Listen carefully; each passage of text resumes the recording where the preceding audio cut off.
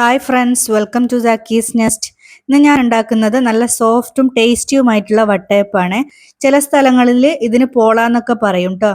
ഇതുവരെ വട്ടയപ്പം ഉണ്ടാക്കി നോക്കിയിട്ട് റെഡിയാവാത്തവരുണ്ടെങ്കിൽ ഈ ഒരു റെസിപ്പി നിങ്ങളൊന്ന് ട്രൈ ചെയ്ത് നോക്കുക. തീർച്ചയായിട്ടും നല്ല പെർഫെക്റ്റ് ആയിട്ടുള്ള നല്ല സോഫ്റ്റ് ആയിട്ടുള്ള വട്ടയപ്പം കിട്ടും. അപ്പം ബേക്കറിയിൽ നിന്നൊക്കെ കിട്ടുന്നതിലും ടേസ്റ്റി ആയിട്ടുള്ള നല്ല സോഫ്റ്റ് ആയിട്ടുള്ള ഈ ഒരു വട്ടയപ്പം എങ്ങനെയാണ് ഉണ്ടാക്കുന്നതെന്ന് നോക്കാം. അതിനു മുമ്പ് ഈ വീഡിയോ നിങ്ങൾക്ക് ഇഷ്ടമാവുകയാണെങ്കിൽ പ്ലീസ് ഒന്ന് ലൈക്ക് ചെയ്യുക. ഫാമിലീസിനും ഫ്രണ്ട്സിനും ഒക്കെ ഒന്ന് ഷെയർ ചെയ്ത് കൊടുക്കുക. നമ്മുടെ ചാനൽ ഇതുവരെ സബ്സ്ക്രൈബ് ചെയ്യാതെ കാണുന്നവരാണെങ്കിൽ പ്ലീസ് ഒന്ന് സബ്സ്ക്രൈബ് ചെയ്യാനും മറക്കരുത്. ഈ ഒരു വട്ടയപ്പം ഉണ്ടാക്കാൻ വേണ്ടി ഞാനിവിടെ 250 ml കപ്പിൽ 2 കപ്പ് പച്ചരി നല്ലോണം കഴുകിയതിന് ശേഷം കുതിരാൻ വേണ്ടി വെച്ചിട്ടുണ്ടായിരുന്നു. അപ്പോൾ ഇത് കണ്ടോ, നല്ലോണം കുതിർന്ന് വന്നിട്ടുള്ള അരിയാണിത്. ഒരു 4 മണിക്കൂറൊക്കെ കുതിർത്തി വെച്ചാൽ മതി. ഇനി ഇത് ഒന്നുകൂടി കഴുകി അതിലെ വെള്ളമൊക്കെ കളഞ്ഞെടുക്കാം. ഇപ്പം ഈ അരി ഒന്നുകൂടി കഴുകി അതിലെ വെള്ളമൊക്കെ കളയാൻ വേണ്ടി സ്ട്രെയിനറിലോട്ടേക്ക് ഇട്ട് കൊടുത്തിട്ടുണ്ട്. ഇനി ഇതിലെ വെള്ളമൊക്കെ മൊത്തമായിട്ട് പോയതിന് ശേഷം ഒരു മിക്സിയുടെ ജാറിലേക്ക് ഇട്ട് നമുക്കിതൊന്ന് അരച്ചെടുക്കാം. ഞാനിപ്പോൾ ഇവിടെ 2 ട്രിപ്പായിട്ടാണ് ഈ അരി അരച്ചെടുക്കുന്നത്. അതുകൊണ്ട് തന്നെ പകുതി അരി ഞാനിപ്പോൾ മിക്സിയുടെ ജാറിലേക്ക് ഇട്ട് കൊടുക്കുന്നുണ്ട്.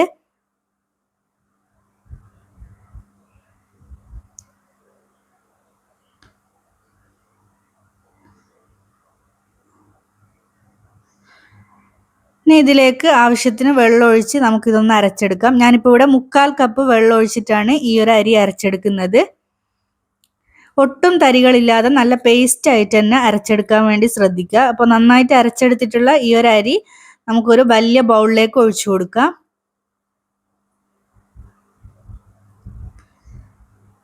ഇനി ബാക്കിയുള്ള അരിയും ഇതുപോലെ തന്നെ അരച്ചെടുക്കണം. അപ്പം ബാക്കിയുള്ള അരിയും മിക്സിയുടെ ജാറിലേക്ക് ഇട്ട് കൊടുത്തിട്ടുണ്ട്. ഇനി ഇതിലേക്ക് 1/2 കപ്പ് വെള്ളവും കൂടി ഒഴിച്ച് ഇത് നന്നായിട്ട് നേരത്തെ പോലെ തന്നെ ഒട്ടും തരികളില്ലാതെ നല്ല പേസ്റ്റ് ആയിട്ട് തന്നെ അരച്ചെടുക്കാം. അപ്പം രണ്ടാമത്തെ ട്രിപ്പ് അരിയും ഞാനിവിടെ അരച്ചെടുത്തിട്ടുണ്ട്. അപ്പം മൊത്തം 2 കപ്പ് അരി അരച്ചെടുക്കാൻ വേണ്ടി എനിക്കിവിടെ 1/4 കപ്പ് വെള്ളമാണ് ആവശ്യമായിട്ട് വന്നിട്ടുള്ളത്. ഇനി ഈ ഒരു അരച്ചെടുത്തിട്ടുള്ള അരിയിൽ നിന്നും 3 ടേബിൾ സ്പൂണ് മാവ് വേറൊരു പാത്രത്തിലേക്ക് ഒഴിച്ചു കൊടുക്കാം. നമ്മൾ കപ്പി കാച്ചി എടുക്കാൻ വേണ്ടിയിട്ടാണ് ഇങ്ങനെ ചെയ്തെടുക്കുന്നത്. അപ്പോൾ 3 ടേബിൾ സ്പൂണ് മാവ് ഞാനിവിടെ ഒരു പാത്രത്തിലേക്ക് ഒഴിച്ചു കൊടുത്തിട്ടുണ്ട്. ഇനി ഇതിലേക്ക് 1/4 കപ്പ് വെള്ളം ഒഴിച്ചു കൊടുത്ത് നന്നായിട്ട് ഇതൊന്ന് മിക്സാക്കി എടുക്കാം.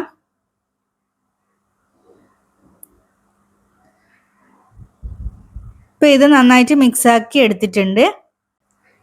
ഇനി ഇത് അടുപ്പിൽ വെച്ച് ഏറ്റവും ലോ ഫ്ലെയിമിലിട്ട് നന്നായിട്ട് കുറുക്കിയെടുക്കാം. ഇതുപോലെ കൈവിടാതെ ഇളക്കി കൊടുക്കണം. ഹൈ ഫ്ലെയിമിൽ വെച്ച് പെട്ടെന്ന് കുറുക്കിയെടുക്കാൻ വേണ്ടി ശ്രമിക്കരുത്. ലോ ഫ്ലെയിമിൽ വെച്ചിട്ട് തന്നെ കുറുക്കിയെടുക്കണം. അപ്പോഴേ നമ്മുടെ ഈ ഒരു കപ്പി കാച്ചി എടുക്കുന്നത് നല്ല പെർഫെക്റ്റ് ആയിട്ട് കിട്ടുള്ളൂ. ഇതുപോലെ കൈവിടാതെ ഇളക്കി കൊടുക്കാൻ വേണ്ടി ശ്രദ്ധിക്കണം. ഇല്ലെങ്കിൽ പെട്ടെന്ന് കട്ട കുത്തിപ്പോവും. ഇത് പെട്ടെന്ന് തന്നെ കുറുകി വരും കേട്ടോ. അപ്പോൾ ഇത് കണ്ടോ, ഇത് കുറുകി വരാൻ തുടങ്ങിയിട്ടുണ്ട്. അപ്പോൾ ഇതിവിടെ പാകത്തിന് തിക്കായി വന്നിട്ടുണ്ട്. കൂടുതൽ തിക്കാക്കി എടുക്കേണ്ട ആവശ്യമില്ല. ഈ ഒരു തിക്നെസ് ആവുന്ന സമയത്ത് നമുക്ക് ഫ്ലെയിം ഓഫ് ചെയ്ത് കൊടുക്കാം. ഇനി ഇത് ചൂടാറാൻ വേണ്ടി പെട്ടെന്ന് തന്നെ വേറൊരു പാത്രത്തിലേക്ക് മാറ്റി കൊടുക്കാം. അപ്പം നമ്മൾ കപ്പി കാച്ചിയെടുത്തത് വേറൊരു ബൗളിലേക്ക് ഇട്ട് കൊടുത്തിട്ടുണ്ട്. ഇനി ഞാനിവിടെ 4 ടേബിൾ സ്പൂണ് വെള്ള അവിലാണ് എടുത്തിട്ടുള്ളത്. വെള്ള അവിൽ തന്നെ എടുക്കാൻ വേണ്ടി ശ്രദ്ധിക്കുക, അല്ലെങ്കിൽ നമ്മുടെ വട്ടയപ്പത്തിൻ്റെ കളറ് ചേഞ്ചായി പോവും. ഇനി ഈ ഒരു അവിൽ നന്നായിട്ട് കഴുകിയതിന് ശേഷം അതിലേക്ക് കുറച്ച് വെള്ളം ഒഴിച്ച് കുതിരാൻ വേണ്ടി വെക്കുക. ഇനി നമ്മൾ നേരത്തെ കപ്പി കാച്ചി എടുത്തിട്ടില്ലേ, അത് നന്നായിട്ട് ചൂടാറിയ ശേഷം ഒരു മിക്സിയുടെ ജാറിലേക്ക് ഇട്ട് കൊടുക്കാം.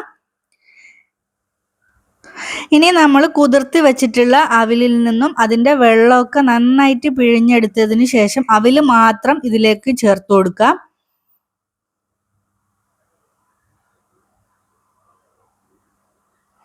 അപ്പോൾ അവിലൊക്കെ അതിലേക്ക് ചേർത്ത് കൊടുത്തിട്ടുണ്ട്. ഇനി ഇതിലേക്ക് 1 കപ്പ് തേങ്ങ ചിരവിയത് ചേർത്ത് കൊടുക്കാം. തേങ്ങയുടെ വൈറ്റ് പാർട്ട് മാത്രം എടുക്കാൻ വേണ്ടി ശ്രദ്ധിക്കുക. കൂടുതൽ തേങ്ങ ചേർത്ത് കൊടുക്കുമ്പോൾ ഇതിൽ കൂടുതൽ ടേസ്റ്റ് ഉണ്ടാവും.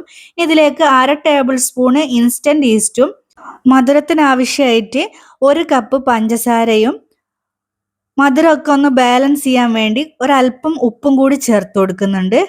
ഇനി ഇതിലേക്ക് ഒരു ഫ്ലേവറിന് വേണ്ടി 6 ഏലക്കായയുടെ തൊലി കളഞ്ഞെടുത്തത് കൂടി ചേർത്ത് കൊടുക്കാം. ഇനി ഇതൊന്ന് അരഞ്ഞു കിട്ടാൻ വേണ്ടി 1/4 കപ്പ് വെള്ളവും കൂടി ചേർത്ത് കൊടുക്കുന്നുണ്ട്. ഇനി ഇത് നന്നായിട്ട് ഒട്ടും തരികളില്ലാതെ അരച്ചെടുക്കാം. ഇപ്പം ഈ അരച്ചെടുത്തിട്ടുള്ള ഈ ഒരു മിക്സ് നേരത്തെ നമ്മൾ അരച്ചെടുത്തിട്ടുള്ള ആ ഒരു അരിയിലേക്ക് തന്നെ ഒഴിച്ചു കൊടുക്കാം. ഇനി ഇതെല്ലാം കൂടി ഒന്ന് ഇളക്കി യോജിപ്പിച്ച് കൊടുക്കാം. എനിക്കിപ്പോൾ ഈ ഒരു 2 കപ്പ് പച്ചരി ഉപയോഗിച്ചിട്ടുള്ള ഈ ഒരു വട്ടയപ്പം റെഡിയാക്കി എടുക്കാൻ വേണ്ടി 2 കപ്പ് വെള്ളമാണ് ആവശ്യമായിട്ട് വന്നിട്ടുള്ളത്. ഇനിയിപ്പോൾ നിങ്ങൾ എടുക്കുന്ന പച്ചരിക്കനുസരിച്ച് ചില സമയത്ത് വെള്ളം കൂടാനും കുറയാനൊക്കെ സാധ്യത ഉണ്ട് കേട്ടോ. അപ്പോൾ ഈ ഒരു കൺസിസ്റ്റൻസിയിലാണ് ഞാനിവിടെ മാവ് റെഡിയാക്കി എടുത്തിട്ടുള്ളത്. നമ്മൾ ഉഴുന്ന് ദോശയൊക്കെ അരച്ചെടുക്കൂലേ, അതിൻ്റെ മാവിനെക്കാട്ടും ഒരല്പം ലൂസായിട്ടാണ് ഈ ഒരു മാവ് ഉണ്ടാവുക. നിങ്ങൾ ഈ വട്ടയപ്പം ഉണ്ടാക്കിയെടുക്കുന്ന സമയത്ത് മാവിൻ്റെ കൺസിസ്റ്റൻസി പ്രത്യേകം ഒന്ന് ശ്രദ്ധിക്കുക. അപ്പം ഞാൻ ഈ ഷെയർ ചെയ്തിട്ടുള്ള കറക്റ്റ് റെസിപ്പി നിങ്ങൾ ഫോളോ ചെയ്യുകയാണെങ്കിൽ നല്ല പെർഫെക്റ്റ് ആയിട്ടുള്ള നല്ല സോഫ്റ്റ് ആയിട്ടുള്ള വട്ടയപ്പം നിങ്ങൾക്ക് റെഡിയാക്കി എടുക്കാൻ വേണ്ടി പറ്റും. അപ്പം വട്ടയപ്പത്തിൻ്റെ മാവ് ഇവിടെ റെഡിയായി കിട്ടിയിട്ടുണ്ട്. ഇനി നമുക്കിതൊന്ന് ഫെർമെൻറ്റ് ചെയ്യാൻ വേണ്ടി വെക്കണം. അതിനുവേണ്ടി ഈ ഒരു പാത്രം അടച്ച് വെച്ച് ഒരു 4 മണിക്കൂർ റെസ്റ്റ് ചെയ്യാൻ വേണ്ടി വെക്കാം. ഇനി നല്ല ചൂടുള്ള സ്ഥലത്തൊക്കെ ആണെങ്കിൽ 2-3 മണിക്കൂർ കൊണ്ടൊക്കെ നന്നായിട്ട് പൊങ്ങി വരും കേട്ടോ. ഞാനിത് കറക്റ്റ് 4 മണിക്കൂറാണ് ഫെർമെൻറ്റ് ചെയ്യാൻ വേണ്ടി വെച്ചിട്ടുള്ളത്. അപ്പം 4 മണിക്കൂറിന് ശേഷം നമുക്ക് ഈ പാത്രം ഒന്ന് ഓപ്പൺ ചെയ്ത് കൊടുക്കാം. അപ്പം ഇത് കണ്ടോ, നമ്മുടെ മാവ് നല്ലോണം പതഞ്ഞ് പൊങ്ങി വന്നിട്ടുണ്ട്. ഇനി ഇതൊരു തവി വെച്ച് ചെറുതായിട്ടൊന്ന് ഇളക്കി കൊടുക്കാം. ഒരുപാട് സമയം ഇളക്കി കൊടുക്കേണ്ട ആവശ്യമില്ല. അതിനുശേഷം ഞാനിവിടെ ഒരു കേക്ക് ടിന്നാണ് ഈ ഒരു വട്ടയപ്പം സെറ്റാക്കി എടുക്കാൻ വേണ്ടി എടുത്തിട്ടുള്ളത്. ഇനി ഇതിലേക്ക് ഒരല്പം വെളിച്ചെണ്ണ തടവി കൊടുക്കാം. ഈ കേക്ക് ടിൻ്റെ ഉൾവശത്ത് എല്ലാ സ്ഥലത്തും വെളിച്ചെണ്ണ നന്നായിട്ട് തന്നെ ബ്രഷ് ചെയ്ത് കൊടുക്കാം. നമ്മുടെ വട്ടയപ്പം പെട്ടെന്ന് ഈ ഒരു ടിന്നിൽ നിന്ന് വിട്ട് വരാൻ വേണ്ടിയിട്ടാണ് ഇതുപോലെ വെളിച്ചെണ്ണ ബ്രഷ് ചെയ്ത് കൊടുക്കുന്നത്. ഇനിയിപ്പം നിങ്ങൾക്ക് ഈ കേക്ക് ടിന്നിന് പകരമായിട്ട് സ്റ്റീലിൻ്റെ അല്പം കുഴിയുള്ള പ്ലേറ്റിലോ അല്ലെങ്കിൽ അല്പം കുഴിയുള്ള ഒരു വലിയ പാത്രത്തിലോ വേണമെങ്കിൽ വട്ടയപ്പം സെറ്റാക്കി എടുക്കാൻ വേണ്ടി പറ്റും. ഇനി വട്ടയപ്പത്തിൻ്റെ മാവ് 3-4 തവി ഈ ഒരു കേക്ക് ടിന്നിലേക്ക് ഒഴിച്ചു കൊടുക്കാം. ഞാനിപ്പോൾ ഇവിടെ ഈ ഒരു കേക്ക് ടിന്നിൻ്റെ 1/4 ഭാഗത്തോളം മാത്രമേ മാവ് ഒഴിച്ചു കൊടുക്കുന്നുള്ളൂ. കാരണം ഞാനിപ്പോൾ ബേക്കറിയിൽ നിന്നൊക്കെ കിട്ടുന്ന ആ ഒരു വട്ടയപ്പത്തിൻ്റെ തിക്നെസ്സിലാണ് വട്ടയപ്പം റെഡിയാക്കി എടുക്കുന്നത്. കൂടുതൽ തിക്നെസ് ഉള്ള വട്ടയപ്പത്തിനേക്കാളും തിക്നെസ് കുറഞ്ഞ വട്ടയപ്പമാണ് കഴിക്കാൻ നല്ല ടേസ്റ്റ് ഉണ്ടാവുക.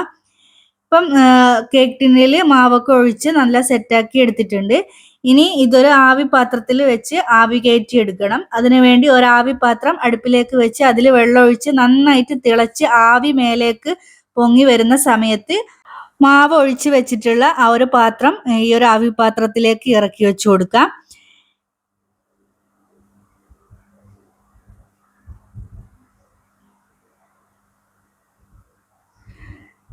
ഇനി ഈ പാത്രം അടച്ച് വെച്ച് മീഡിയം ഫ്ലെയിമിൽ 15 മുതൽ 20 മിനിറ്റ് വരെ ഒന്ന് കുക്ക് ചെയ്തെടുക്കാം. നിങ്ങൾ സെറ്റാക്കി എടുക്കുന്ന വട്ടയപ്പത്തിൻ്റെ തിക്നെസ് അനുസരിച്ച് കുക്കിംഗ് ടൈമിലും വ്യത്യാസം വരും കേട്ടോ. 15 മിനിറ്റിന് ശേഷം ഞാൻ ഈ പാത്രം ഒന്ന് ഓപ്പൺ ചെയ്ത് നോക്കുന്നുണ്ട്. ഇനി നമുക്ക് ഈ വട്ടയപ്പം ഒന്ന് കുക്കായിട്ടുണ്ടോ എന്ന് ചെക്ക് ചെയ്ത് നോക്കാം. അതിനുവേണ്ടി ഒരു ടൂത്ത് പിക്ക് എടുത്ത് ഇതിലേക്കൊന്ന് കുത്തി നോക്കാം. ഇങ്ങനെ കുത്തി നോക്കുന്ന സമയത്ത് ഈ ടൂത്ത് പിക്കിൽ ഒട്ടും ഒട്ടിപ്പിടിക്കുന്നില്ലെങ്കിൽ വട്ടയപ്പം നന്നായിട്ട് കുക്കായിട്ടുണ്ടോ എന്ന് മനസ്സിലാക്കാം.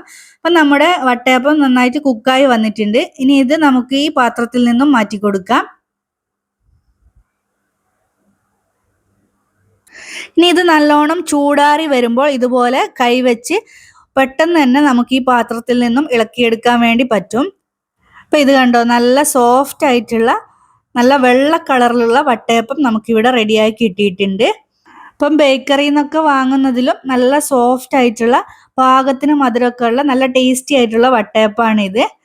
ഇനി ബാക്കിയുള്ള വട്ടയപ്പം കൂടി നമുക്ക് ഇതുപോലെ തന്നെ റെഡിയാക്കി എടുക്കാം. ഈ ഒരു അളവിലുള്ള മാവ് വെച്ച് എനിക്കിവിടെ മീഡിയം സൈസ് 3 വട്ടയപ്പമാണ് റെഡിയാക്കി കിട്ടിയിട്ടുള്ളത്. ചെറിയ ചെറിയ സ്റ്റീലിൻ്റെ ബൗൾസിലും നമ്മളെ ഇഡ്ഡലി തട്ടിലൊക്കെ ഈ ഒരു വട്ടയപ്പം റെഡിയാക്കി എടുക്കാൻ വേണ്ടി പറ്റും കേട്ടോ.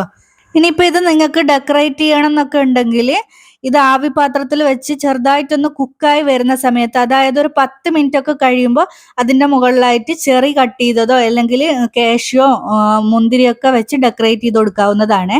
ഇപ്പം ഞാനിവിടെ കട്ട് ചെയ്ത് കാണിച്ചു തരാം. അപ്പോൾ നല്ല സോഫ്റ്റ് ആയിട്ട് തന്നെ നമുക്ക് ഈ വട്ടയപ്പം റെഡിയായി കിട്ടിയിട്ടുണ്ട്. അപ്പം നിങ്ങൾ ഈ കറക്റ്റ് റെസിപ്പി തന്നെ ഒന്ന് ട്രൈ ചെയ്ത് നോക്കുക. നിങ്ങൾക്ക് നല്ല പെർഫെക്റ്റ് ആയിട്ടുള്ള വട്ടയപ്പം റെഡിയാക്കി എടുക്കാൻ വേണ്ടി പറ്റും. മാത്രമല്ല നല്ല കറക്റ്റ് പാകത്തിന് മധുരമൊക്കെ ആയിട്ട് കഴിക്കാൻ നല്ല ടേസ്റ്റി ആയിട്ടുള്ളൊരു വട്ടയപ്പമാണ് ഇത്. അപ്പൊ ഈ ഒരു റെസിപ്പി നിങ്ങൾ എന്തായാലും ഒന്ന് ട്രൈ ചെയ്ത് നോക്കുക. റെസിപ്പി ഇഷ്ടമാവുകയാണെങ്കിൽ പ്ലീസ് ഒന്ന് ലൈക്ക് ചെയ്യുക, ഫാമിലീസിനും ഫ്രണ്ട്സിനൊക്കെ ഒന്ന് ഷെയർ ചെയ്ത് കൊടുക്കുക. നമ്മുടെ ചാനൽ ആദ്യമായിട്ട് കാണുന്നവരാണെങ്കിൽ പ്ലീസ് ഒന്ന് സബ്സ്ക്രൈബ് ചെയ്ത് സപ്പോർട്ട് കൂടി ചെയ്യണേ. അപ്പോൾ മറ്റൊരു വെറൈറ്റി റെസിപ്പിയുമായി വീണ്ടും കാണാം. അതുവരേക്കും താങ്ക് യു.